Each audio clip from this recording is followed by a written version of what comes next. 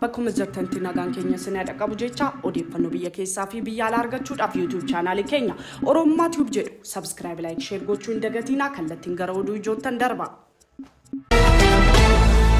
Gara odeeffannoo ito'atti yoon darbu dhimmi weellisaa Andu'aalam Gosaa fi moodel Qananii Addunyaa irrallee akkuma ajandaa ta'een jira. Suuraalee fi viidiyoota bahaa jiranis uummanni marii bal'aa miidiyaa hawaasaa irra gochaa jira.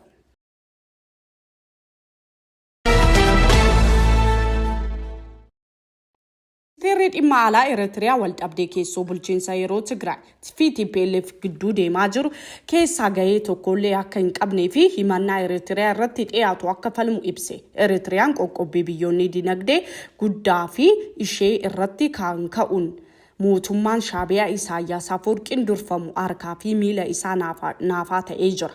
Sosochii misoomaa gochuuf rakkatee gamtaa Afrikaa, Awurooppaa fi Ameerikaa jeequmsa kaasuuf ajaja jedhamuun komatama. Bahuunii fi jetteen asiif achi ka'uun uummanni kan amanuu fi dhaggeeffatuu fi filuuf dadhabee jira. Sosochiin Itoophiyaa keessa naannolee hunda keessatti godhamu kan waraanas ta'e shira miidiyaalee dhuunfaa fi mootummaa biyya keessaa fi ala yaaddoo fi oduu simbirtuu guyyaa guyyaan sa'aatii 24 gabaasaa jiru. Xinxaloonni siyaasaa fi uummata biraa dhageettii guddaa qabanis nu yaaddeessaa jira. Mariin haa godhamu jechaa jiru. Odeeffannoo biyya alaatti yoo ceenu hidhattoonni atoomik niwukilar boomb fi doorsitoota waraana addunyaa mootummaa hireen isaanii akka sibiila jabaate Ameerikaa fi Raashiyaa pireezidantoonni isaanii Doonaald Tiraamp fi Vilaadimiir Puutiin bilbilaan sa'aatii tokkoo fi walakkaa olaakkaasaan odeessi miidiyaalee garaagaraa irraa arganne BBC, CNN fi Indus Times ni ifoomsa. Pireezidantoonni lama waa'ee waraana Raashiyaa, Yuukireen, waa'ee Israa'eel fi waa'ee gaanfa Afrikaa irraa bal'inaan mari'achuun isaanii keessa beektonni miidiyaaleef dubbatan.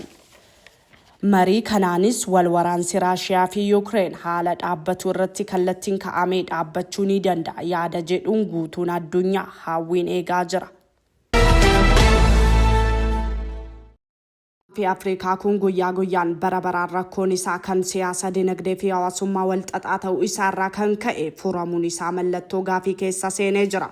Kunoo kaleessa shororkeessaan beekama gaafa Afrikaa keessa socho'uu fi mootummaa Ameerikaan bara baraan duula waraanaa cimaa irratti gaggeeffamu Al-Shabaab pireezidantii Somaaliyaa kan ta'an Hassan Sheikh Mohammed irratti aleellaa gaggeessuun isaa dhagahame. Dabalataanis mootummaa Somaaliyaa irra deebii haala fakkaatuun Al-Shabaab irratti haleellaa raawwachuu isaa Doochi balee gabaasee jira. Haleellaa kana ilaalchisee mootummaan Somaaliyaa akka miidiyaalee ibsa baaseen dhoo'insi boombii kan raawwatame yeroo mootummaan Somaaliyaa Moqaadishoo daawwatudha.